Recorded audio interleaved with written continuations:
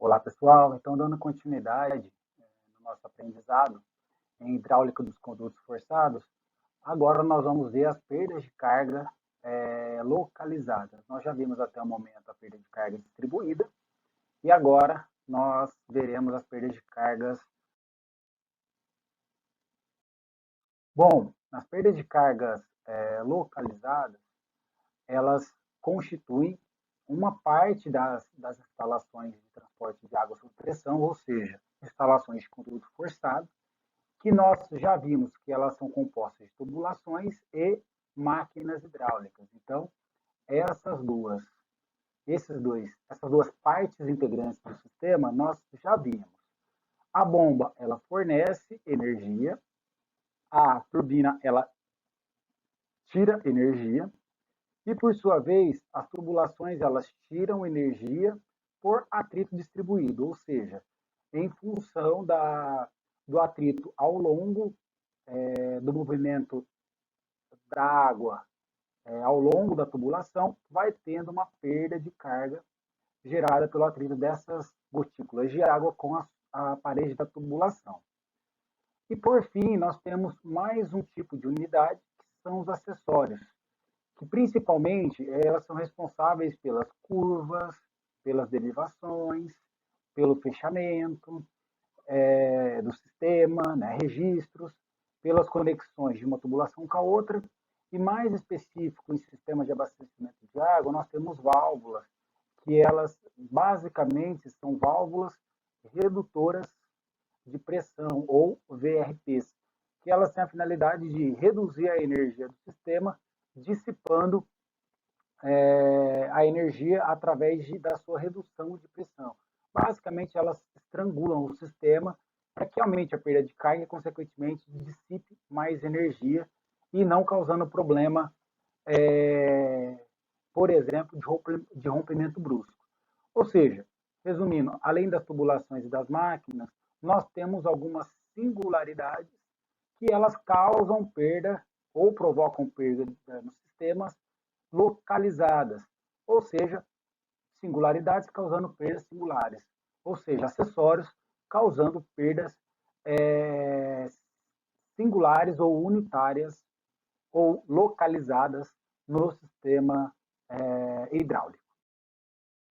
Bom, essas perdas de cargas localizadas, elas foram obtidas também experimentalmente. Como que foram feitos isso? Como foram feitos isso? Essas avaliações, esses experimentos. Mediu-se a pressão em uma seção 1, por exemplo, e uma seção 3, a montante e a jusante da peça. No caso aqui, nós temos um estrangulamento brusco do nosso sistema. Beleza. Fazendo essa avaliação, mediu a carga de pressão na seção 1, tá? E mediu a carga de pressão na seção 2. Como a vazão não muda e a seção da tubulação também não muda, consequentemente, a velocidade, a montante e a velocidade ajusante da peça ou da singularidade é a mesma. E como a tubulação ela foi colocada em nível, ou seja, a cota também altimétrica é igual tanto na seção 1 quanto na seção 3. Opa, perdão, aqui na seção 3. Ó. E assim avaliou que a diferença de energia que tinha da seção 1 para a seção 3 nada mais era do que a perda de carga unitária. Notem agora que nós estamos falando com o H minúsculo, ou seja, quando o H é minúsculo, nós tratamos de perda de carga localizada, ou gerada pelas singularidades ou pela peça. Bom, o que acontece num sistema como esse? Na realidade, o que acontece com o sistema é essa linha traço, ponto, que ela começa a uma distância, a montante, da onde a peça está interferindo no sistema de fato, e ainda continua a peça interferindo no sistema a um determinado comprimento ajusante, ou seja, a peça ela influencia a um determinado comprimento a montante e após passar pela peça, ainda continua influenciando em função de um comprimento de jusante. Porém, nós levamos em consideração que a peça, apesar dela causar um efeito montante e causar um efeito jusante ao posicionamento dela, nós consideramos que essa perda ela é pontual, tá? Até porque que vai interessar para a gente é a gotinha passando pela peça e saindo com uma energia jusante, beleza? Então, simplificadamente, nós consideramos que a ação da peça ela é pontual. Porém, qualquer peça, qualquer singularidade, ela começa a agir a montante, ou seja, nessa questão de contração brusca, todo o fluxo tem que convergir para a peça. Consequentemente, se o fluxo tem que convergir, a área do escoamento diminui, consequentemente aumenta a energia cinética. Depois que passa pela peça, também começa a ter um alargamento brusco, ou seja, a água ela começa a ocupar novamente toda a seção até atingir de novo o diâmetro. Ou seja, tanto essa movimentação de compressão das gotinhas para ela passar por um tubo e depois de ocupar, de expansão para ocupar toda a seção, causa perda de carga nesse fluxo da hidráulico. Porém, nós consideramos que essa perda de carga ela acontece pontualmente em uma determinada seção, tá bom? Simplificadamente. Bom, a expressão geral da perda de carga, ela é dada por essa equação, onde eu tenho um coeficiente K maiúsculo, que é o coeficiente de perda de carga localizada, multiplicada pela energia cinética. Esse coeficiente de perda de carga, esse K maiúsculo, ele nada mais é do que, ele nada mais é em função da geometria da peça, do Reynolds, da rugosidade do material e das condições de escoamento, principalmente influenciado pelo Reynolds. Para escoamentos acima de 10 a quinta Reynolds, ou seja, escoamentos turbulentos, nós temos o K sendo constante, ou seja, independente do fluido, independente da temperatura, na verdade, depende do fluido, perdão. O Reynolds ele pode ir aumentando acima de 10 a quinta, que o valor de K ele permanece constante, ou seja, o K ou o coeficiente de perda localizada ele não é mais variável em função do Reynolds a partir de 10 a quinta de escoamento. Tá? E aí nós vamos começar a ver alguns casos típicos de sistemas hidráulicos ou de peças de singularidades alterando o escoamento, dissipando a energia no nosso escoamento. A primeira delas é o alargamento brusco, beleza? Ou seja, nós tínhamos um diâmetro na seção 1, tá? Consequentemente, uma velocidade 1, e depois o fluido ele chega em uma tubulação com um diâmetro 2 maior. Consequentemente, como a vazão em ambos é a mesma, em ambas as seções é a mesma, não muda. Se eu mudei diâmetro, vai mudar a velocidade. Então, a velocidade 1 ela é maior, porque ela ocupa uma menor área, o fluido ocupa uma menor área, do que a velocidade 2, em que o fluido ocupa uma maior área. Bom, sendo assim, a perda de carga gerada pela peça, ela acontece devido à desaceleração do fluido. Então, aqui ela tá com o fluido está com uma velocidade maior. Quando atinge a seção 2, ela está com uma velocidade menor. Por conta dessa desaceleração, criam uns vórtices nesse espaço entre o fluido e a tubulação. Esses vórtices causam a desaceleração do fluido e, consequentemente, os choques entre os fluidos, entre as gotinhas do fluido, consequentemente, causa a perda de carga no sistema. Em função do coeficiente de perda de carga localizada dessa peça e em função da energia cinética a montante. Notem que eu estou trabalhando com a velocidade maior do sistema, ou seja, a velocidade cinética na seção 1, nesse caso de alargamento brusco. Beleza? Outra questão. Como eu tinha uma velocidade maior na seção 1, a energia cinética ela é naturalmente maior. Quando vem para a seção 2, a área aumenta, consequentemente, a energia cinética diminui. Concomitante a um acréscimo na pressão, por conta da redução da energia cinética. Lembra, o Z é o mesmo tanto na seção 1 quanto na seção 2, ou seja, a energia potencial é a mesma, então elas se cortam. Consequentemente, a alteração da energia cinética causa alteração na linha de pressão. Beleza? Então, eu tinha uma pressão menor e uma energia cinética maior na seção 1, e depois eu tenho uma pressão maior na seção 2 e uma energia cinética menor na seção 2. Tudo bem até aí?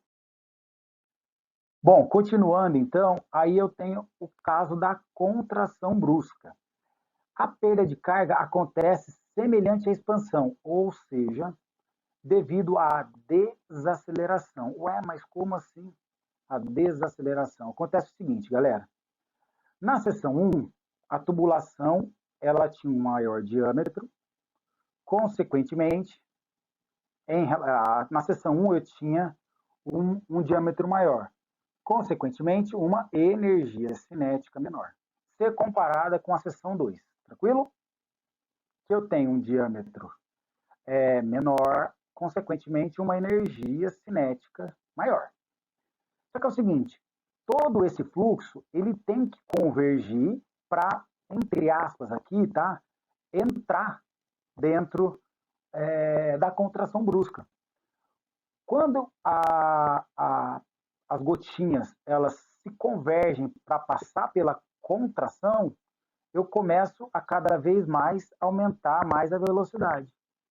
Só que pela inércia, essa contração da linha de fluxo, ela continua até a seção 0. Ou seja, o pico da energia cinética, ela não acontece imediatamente na seção de contração. Ela vai acontecer a uma distância L da contração de fato. E aí, por conta dessa inércia que as gotinhas têm de seguir o mesmo caminho, ela vai atingir um pico de redução ou de contração da seção a uma distância L, de fato, da onde a contração está acontecendo. Por conta disso, nesse ponto, ou na seção 0, eu tenho a maior energia cinética do sistema. Ora, se depois ela tem que, essa gotinha ou esse fluxo tem que ocupar o diâmetro, ele vai de um diâmetro D0, que é menor, e vai ter que ocupar o diâmetro D2, que é maior. Nesse momento, há a perda de carga causada pela desaceleração do sistema. Tudo bem? Então, é semelhante à expansão brusca causada pela desaceleração. Então, a maior causa da perda de carga é por conta dessa desaceleração causada pela redução da seção de escoamento por conta da inércia gerada pela mudança da linha de fluxo pela contração brusca. Bom, o que eu quero chamar a atenção de vocês? Está vendo que agora nós estamos tratando com velocidade 2, ou seja, agora em contrações bruscas, a perda de carga pontual é em função também a maior velocidade entre a seção 1 e a seção 2. Tudo bem? Não confundam aqui em usar 1. Fatalmente vocês farão isso e errarão. Ou seja, tanto no alargamento brusco quanto na contração brusca, nós usamos as maiores velocidades. No caso do alargamento brusco, nós vamos usar na seção 1, e no caso da contração brusca, nós vamos usar na seção 2, que são as duas seções onde ocorrem as maiores velocidades. E aí, nós levamos em consideração essa relação de área, ou seja, a relação entre a área 2, beleza, ou seja, a área da tubulação de jusante, em relação a área da tubulação de montante, que basicamente vai ser relações de diâmetro, tranquilo? Se a relação ela é 1, ela é se a relação ela é, na verdade, próxima a zero, ou seja, o diâmetro 1 ele é muito maior do que o diâmetro 2, o K é 5. Conforme vai aumentando a relação, ou seja, quando chega 1, ou seja, o diâmetro 1 é igual ao diâmetro 2, a perda de carga é zero, afinal, ou o fator de perda de carga unitária é zero, afinal, eu não tenho contração. E lógico, quanto menor é a contração brusca, menor é o coeficiente de perda de carga localizada. Tranquilo? Vamos para o próximo. Outro momento em que acontece o alargamento brusco é muito comum na saída de tubulação e descarga no reservatório. Então, eu tenho uma tubulação que tem uma seção menor, beleza? E vai estar descarregando num reservatório, ou seja, a água, o fluido que está escoando por dentro da tubulação, ele vai entrar dentro de um reservatório e vai causar a desaceleração do fluido. Portanto, vai ter perda de energia cinética nesse meu sistema. Tal qual a perda de carga gerada nesse sistema, ela é dada por esse alargamento brusco, gerada na descarga da tubulação no reservatório, é dado pelo coeficiente da descarga do alargamento brusco, vezes a energia cinética. Aqui não está nem dizendo que é na seção 1, porque, obviamente, dentro do reservatório, eu não tenho velocidade. A velocidade ela só vai estar acontecendo na tubulação. Não que não tenha velocidade no reservatório, mas a velocidade ela é muito pequena no reservatório em comparação com a velocidade no tubo. Portanto, a velocidade no reservatório ele pode ser desprezível. Bom, também tem o caso da contração brusca, ou seja, o reservatório contribuindo na tubulação ou alimentando a tubulação. E a perda de carga pontual nessa contração brusca do reservatório alimentando a tubulação, ela é em função da geometria da transição. Se ela é ponta seca, como esse primeiro caso, tá? O K ele é dado pelo, o K maiúsculo, né, a coeficiente de perda de carga localizada, é dado por 0,8.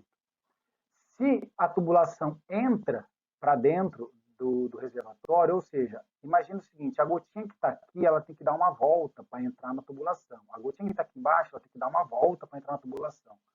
Então, nesse caso, os coeficientes, eles também são maiores.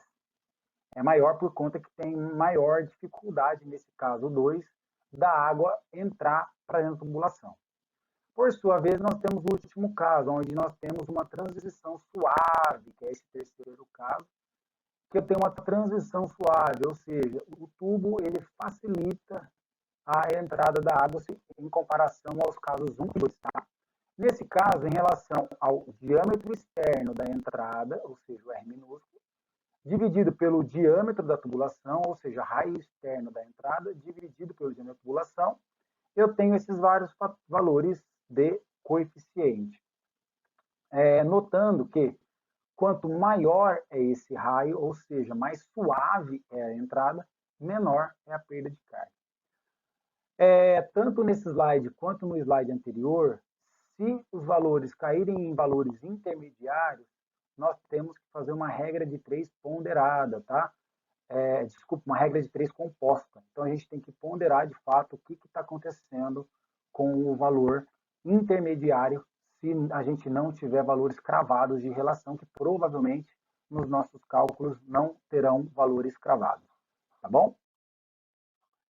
E aí nós entramos em mais dois casos, de alargamento e de contração graduais. Tá? O que acontece com o alargamento gradual? Eu vou explicar para vocês a questão do alfa aqui primeiro, que é o ângulo. Esse ângulo é o ângulo formado entre a parede da tubulação e a linha central do fluxo. Se eu tenho uma linha dessa forma que eu estou desenhando aqui, ó, eu vou ter praticamente próximo a 90 graus. Tranquilo? Em tendo 90 graus,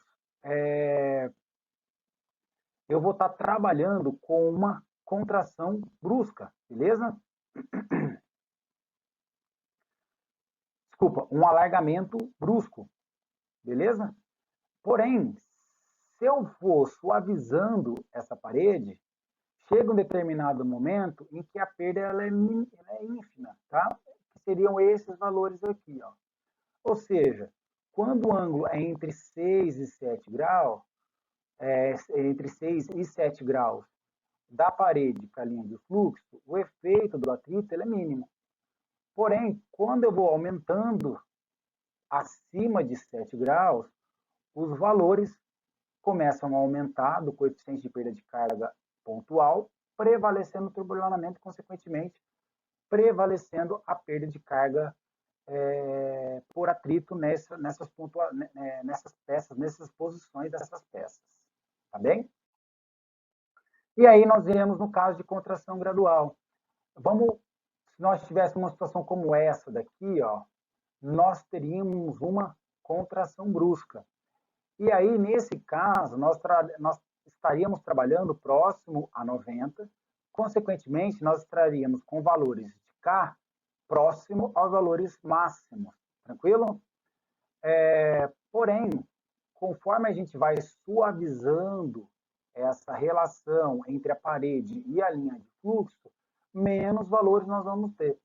Ou seja, até próximo de 20, a perda de carga ela é desprezível, beleza? Agora,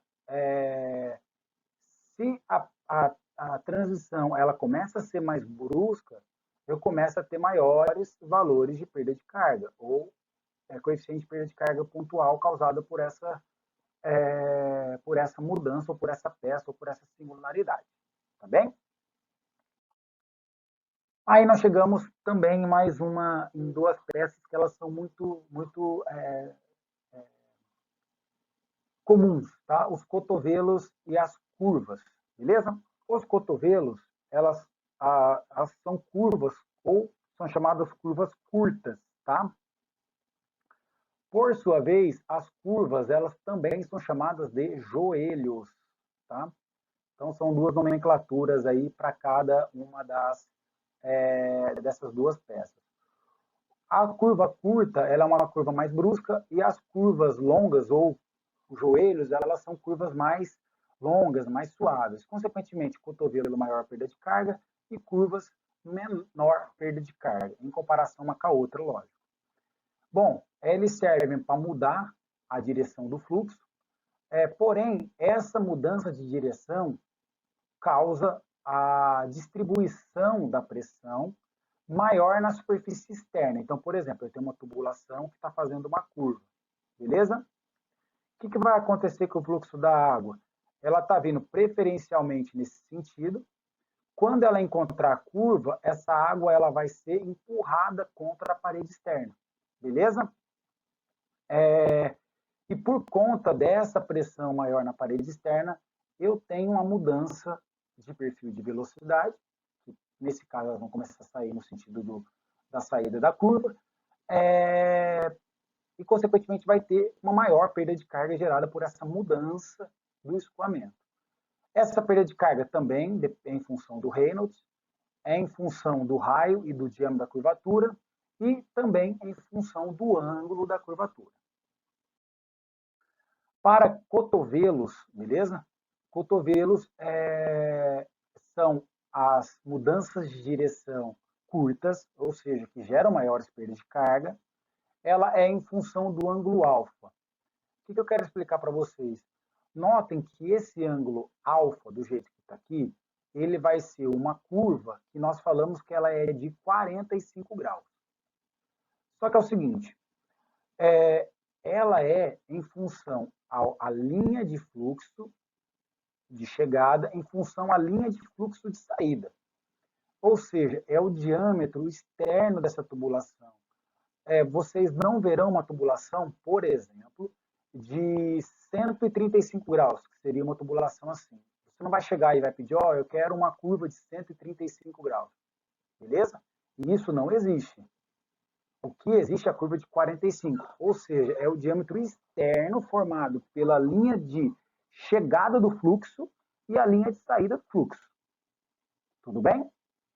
Então, vocês vão ter curva de 45, aí curva de 90, mas vocês não terão curvas maiores do que 90 graus, tá bem? Seja cotovelo ou seja curva. Já as curvas, joelhos ou curvas longas é dada pela relação entre o raio da mudança de direção, pelo alfa, que é formado entre, ou o ângulo que é formado entre a chegada do fluxo e a saída do fluxo, tá? E mais o diâmetro da tubulação, beleza? E aí nós temos essa equação, que aplicando raio da curvatura, o diâmetro da tubulação e o ângulo formado entre a linha de fluxo de chegada e de saída da peça, nós temos o valor da perda de carga unitária, ou do coeficiente da perda de carga unitária, para essa curva. Assim, nós vamos ver algumas válvulas também.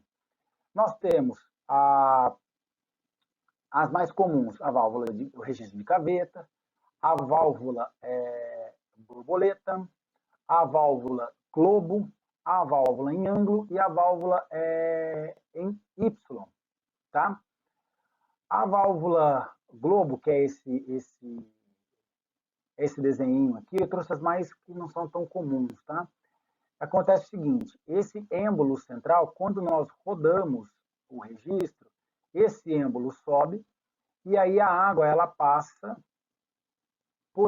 faz esse movimento por dentro da peça. Esse movimento causado pela peça causa a perda de carga. Então a água está vindo no sentido, ela sobe, ela desce, passa por uma seção reduzida e depois ela sai.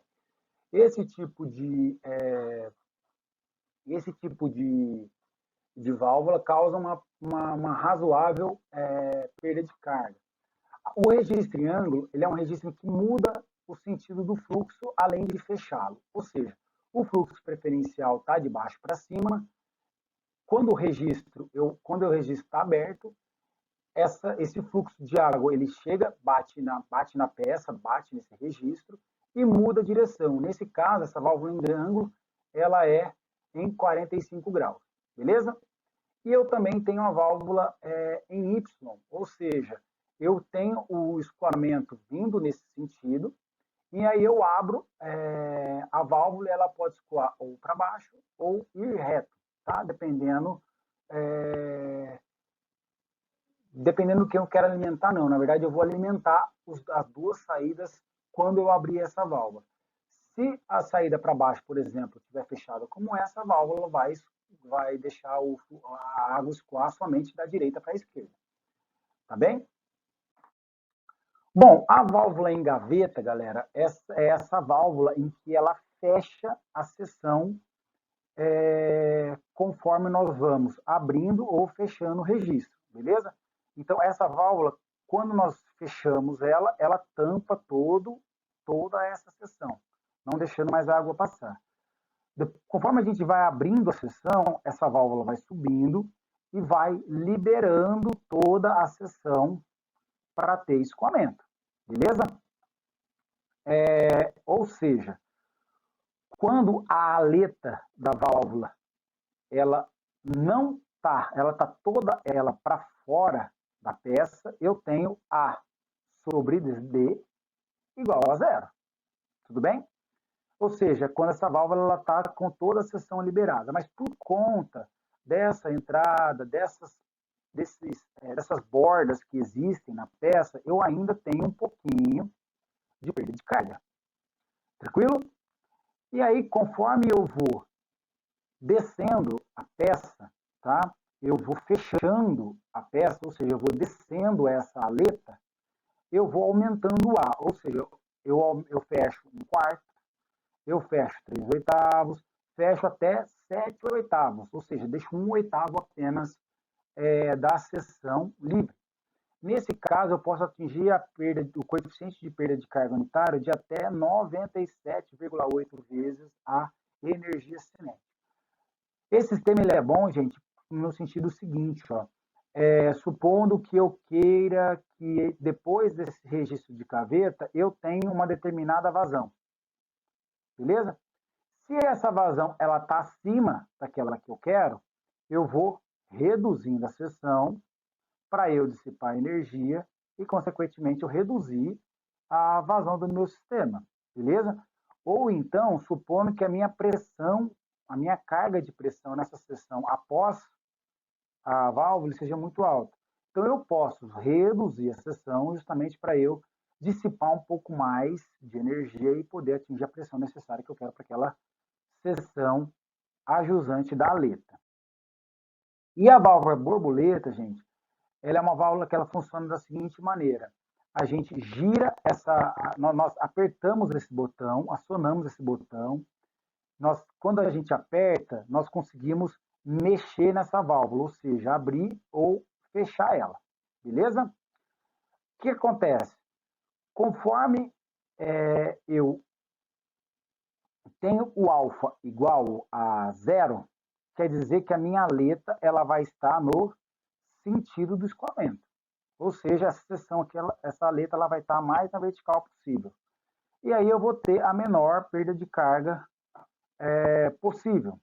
Conforme eu vou girando a aleta, eu vou aumentando o ângulo, por exemplo, até eu ter uma maior perda de carga. Beleza?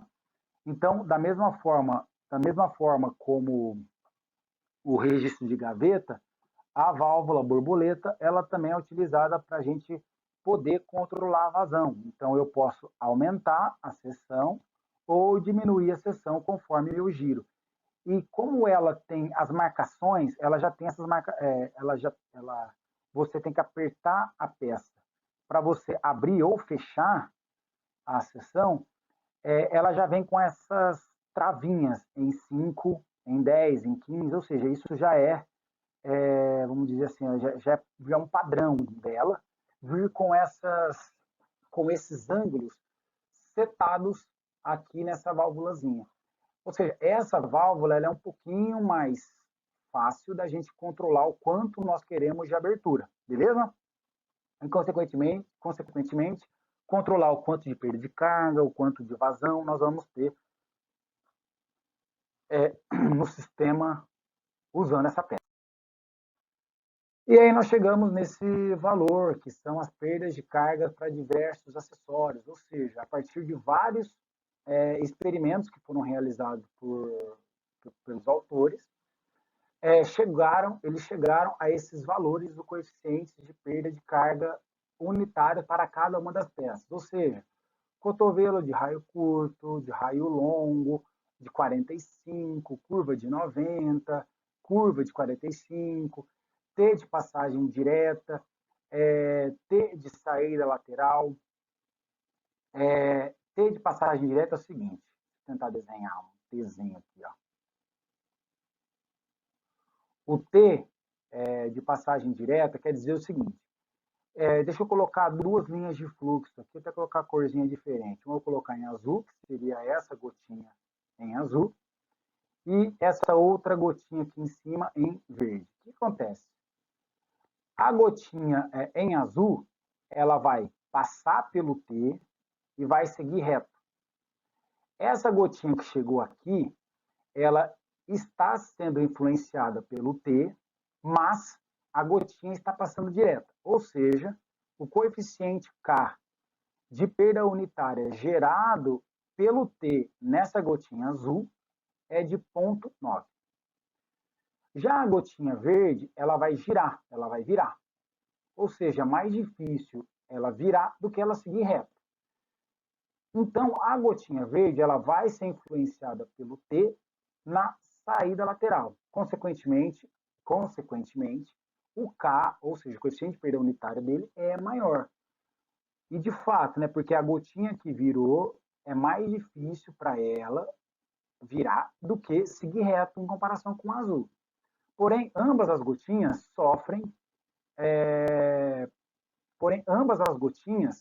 elas sofrem influência da peça. Só que a gotinha azul, ela sofre menos influência da peça porque ela segue a inércia do fluxo, do que a gotinha verde, que por conta da curva, ela tem maior perda de carga. Tudo bem ou não? Tranquilo?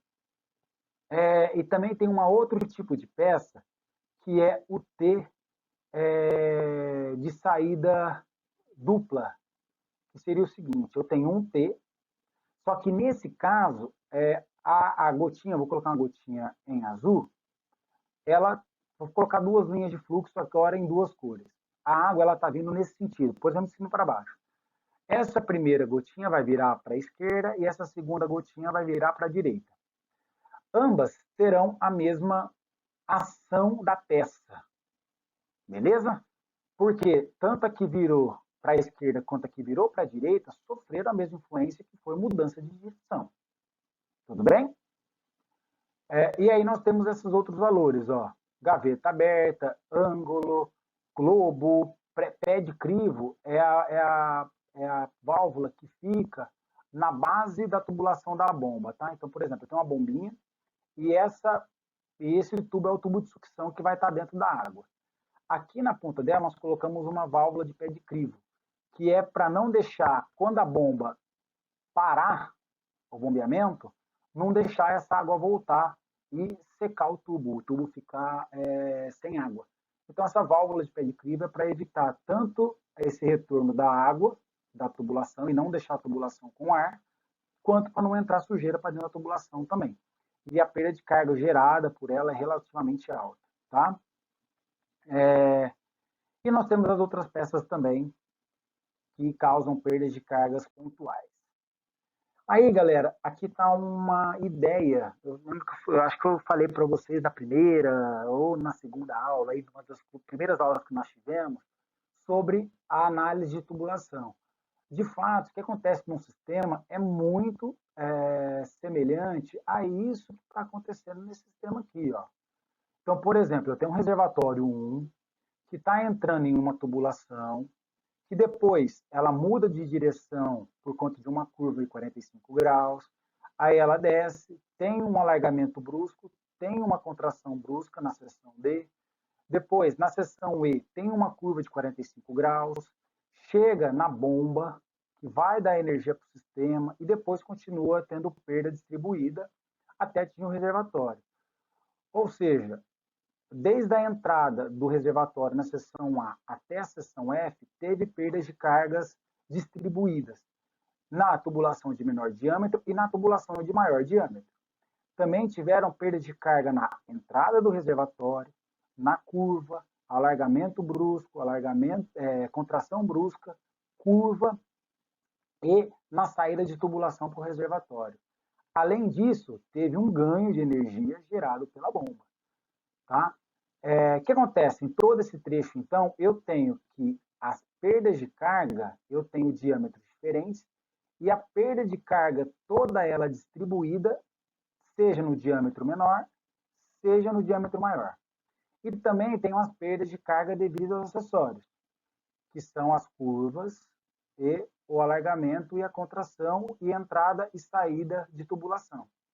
Nesse caso, eu tenho a perda de carga, em função de dois diâmetros diferentes, beleza?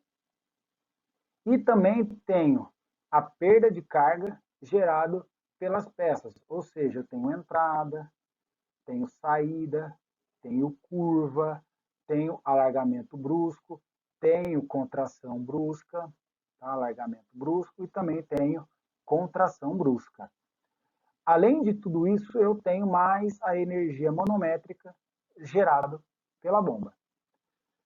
Tranquilo ou não, galera? Aqui nós vamos aplicar, por exemplo, um Bernoulli típico. Vai sair com essa energia, vai chegar com essa energia e no meio do caminho, perdas de carga distribuídas, perdas de carga localizadas e mais a somatória da energia dada pela bomba. Tranquila? E aí, só para a gente ter uma ideia, como que seria essa influência, e como eu estava dizendo para vocês. Eu tenho um nível de água, beleza, que eu teria uma energia na entrada do sistema. Vai chegar lá no outro reservatório, eu vou ter uma outra energia, que vai ser a energia no reservatório 2, beleza? Reservatório 1, reservatório 2.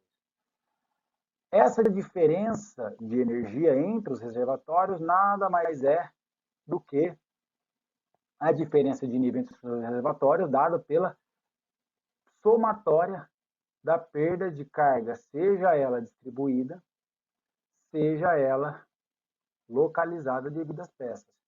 Mas note, no momento em que a gotinha entra na tubulação, ela já perde um pouco de energia por conta da entrada na tubulação.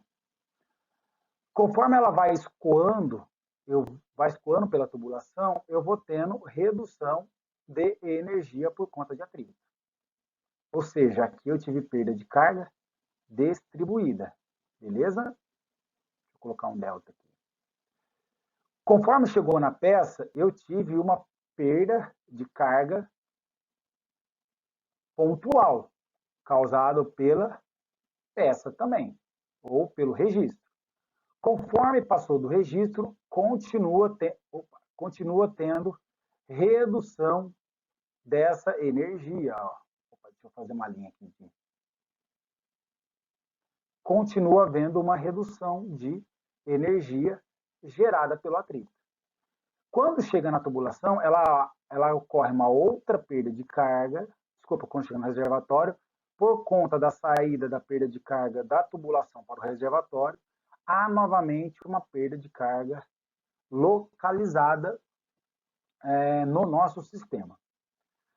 Tranquilo? Então, são essas influências que as perdas de carga causam no sistema.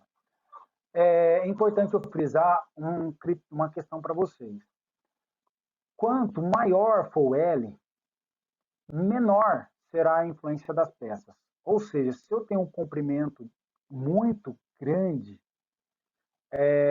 ou bem maior, e tenho poucas peças, ou seja, se eu tenho um comprimento grande e poucas peças, praticamente a perda de carga localizada ela será desprezível. Então, por exemplo, sistema de abastecimento de água de uma cidade, de um condomínio, as perdas de cargas localizadas, geralmente, elas são desprezíveis, tá? A não ser que eu faça um sistema com muita interferência, enfim.